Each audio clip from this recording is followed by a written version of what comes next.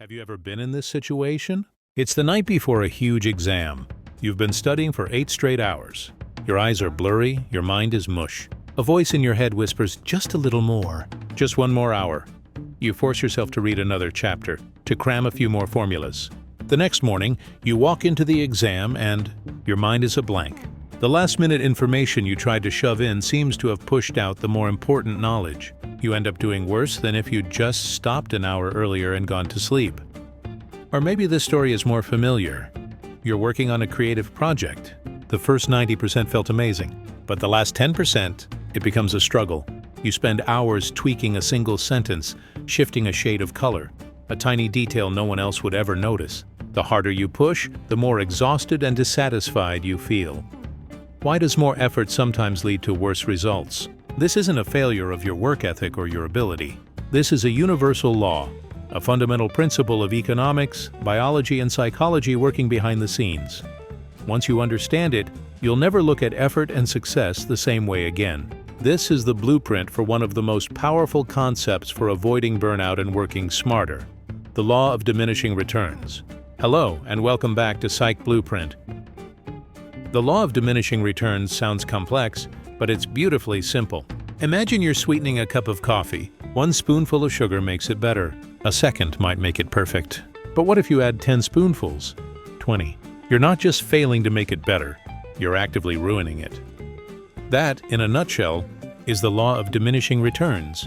After an optimal point, adding more of one input will not only yield smaller and smaller improvements, but can eventually become harmful. In economics, this is diminishing marginal returns. In psychology, this is the fine line between productive effort and self-sabotaging burnout. The return here can be anything. The knowledge you gain, the muscle you build, the satisfaction in a relationship, or the quality of a product. The input can be time, money, energy, or focus. This law doesn't say that effort is useless. It says that effort has a curve. At the beginning, each unit of effort pays huge dividends. But as you continue, the return on each invested unit starts to shrink. And if you're not careful, you'll go over the top of that curve and start sliding down the slope of waste and exhaustion. Understanding this law is the key to knowing when to push the accelerator, and more importantly, when to hit the brakes. So where did this law come from? It's not a trendy self-help idea. It has its roots in the most basic observations of nature. Classical economists like David Ricardo and Thomas Malthus noticed this in agriculture back in the 19th century. They observed that if you have a fixed plot of land and you start adding farmers to work it, the output increases. 1 farmer, 10 bushels of wheat. 2 farmers, maybe 25 bushels. But soon, as you add the 10th farmer, then the 11th, they start getting in each other's way. The total output might still go up, but the additional output from each new farmer drops significantly. Eventually, adding more people can even decrease the total yield. That plot of land is our fixed constant, our 24 hours in a day, our brain's finite energy, our muscles' capacity for recovery. The farmers are the effort we add. So how does this mechanism work in our own lives? Why do our brains, our relationships, our work behave just like a 19th century farm? The answer lies in 3 factors: overload, increasing complexity, and opportunity cost. First, overload. Your brain is not an infinite machine. It relies on neurotransmitters, glucose, and needs time to consolidate memories. After hours of studying, these resources get depleted. Trying to add more information is like pouring more water into a full glass. It just spills over.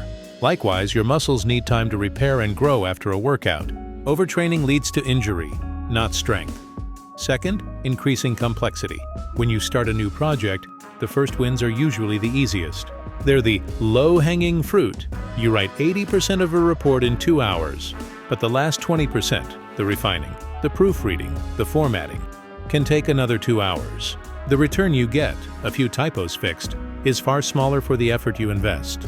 You are on the long tail of the curve. Finally, and perhaps most critically, there is opportunity cost.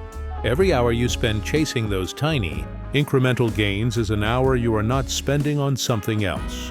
That 9th hour of studying could have been far more productive if it were spent sleeping. That 5th hour of tweaking a project might have been better spent starting the next one. To see the impact of this in sharp relief, Let's look at one of the most classic examples in psychology, the Yerkes-Dodson Law. In 1908, psychologists Robert Yerkes and John Dodson discovered something fascinating about the relationship between arousal, or stress, and performance. They found that performance doesn't just increase linearly with stress, instead it forms an inverted U-shaped curve. When you have no stress, you're bored, unmotivated, your performance is low. As you add a little bit of pressure, an approaching deadline, some healthy competition, your performance shoots up.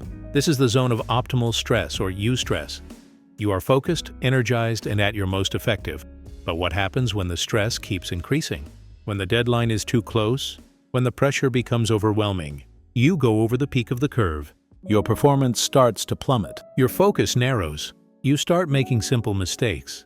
Your creativity vanishes. This is the zone of distress. The Yerkes-Dodson Law is the law of diminishing returns applied to our mental state. A little stress is a powerful tool. Too much breaks the system. Think of elite athletes. They don't train for 12 hours a day at maximum intensity. Their schedules are meticulously built around cycles of stress and recovery. They understand that growth happens not during the workout, but during the rest. They respect the curve. So how do we apply this wisdom to our lives? How do we become master surfers of the return curve instead of getting crushed by it? Here is your blueprint, with 3 actionable strategies. Strategy 1. Identify your point of inflection. The point of inflection is the peak of the curve, where the returns start to diminish. To find it, you need to become a scientist of yourself. Start tracking your inputs and your outputs. If you're studying, don't just track hours. Track hours versus your scores on practice tests. You might find that 4 hours of studying yields an 85%, but 6 hours only bumps it to an 87%. Those extra 2 hours could have been better spent. If you're working, pay attention to the signs of cognitive fatigue. Rereading the same sentence multiple times, starting to procrastinate on small tasks, rising irritability. These are your brain's signals that the returns are diminishing. Strategy 2. Embrace strategic quitting.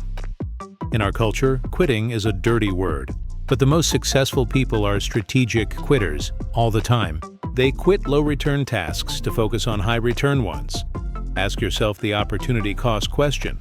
Is continuing to do this the absolute best use of my time and energy right now? If the answer is no, then stopping isn't failure. It's an intelligent executive decision. It's reallocating your resources where they can make the biggest impact. This is the essence of the 80-20 rule, or Pareto principle. Focus 80% of your effort on the 20% of activities that deliver the greatest results. Strategy 3. Practice deliberate rest. Rest is not laziness. In the context of the law of diminishing returns, rest is a strategic act to reset your curve. Just as a field needs to lie fallow for a season to restore its nutrients, your brain and body need time to recharge. The Pomodoro technique, working in focused 25-minute sprints with 5-minute breaks, is a brilliant micro-example of this. It forces you to honor the return curve in short intervals. On a macro level, this means having true downtime. Weekends where you don't check email. Vacations where you actually unplug. Sleep isn't a luxury. It's a biological requirement for sustained high performance. The law of diminishing returns isn't an excuse to be lazy. It's an invitation to be wise. It challenges one of the most pervasive and dangerous myths of modern culture. The myth that more is always better. More hours, more features, more information, more effort. We are obsessed with addition, but we rarely stop to ask, what is the point of enough? The truth is, in a complex world, the winners aren't the ones who just work the hardest, blindly. They are the ones who best understand the systems they operate in. They know when to hit the gas, and they are not afraid to apply the brakes. Understanding this curve liberates you from the guilt of rest. It transforms stopping from a sign of weakness into an act of strategic strength. A blueprint isn't just about what to build. It's also about where the walls end. So too with our lives. Wisdom isn't just knowing what to do, but in knowing when you are done. So my question for you is this. Where have you seen the law of diminishing returns play out in your own life? Was it in your work, your studies, or even a hobby? Share your story in the comments below. I would love to read them. And if this video gave you a useful blueprint, hit the like button, and subscribe to Psych Blueprint to continue building a better you. Thanks for watching.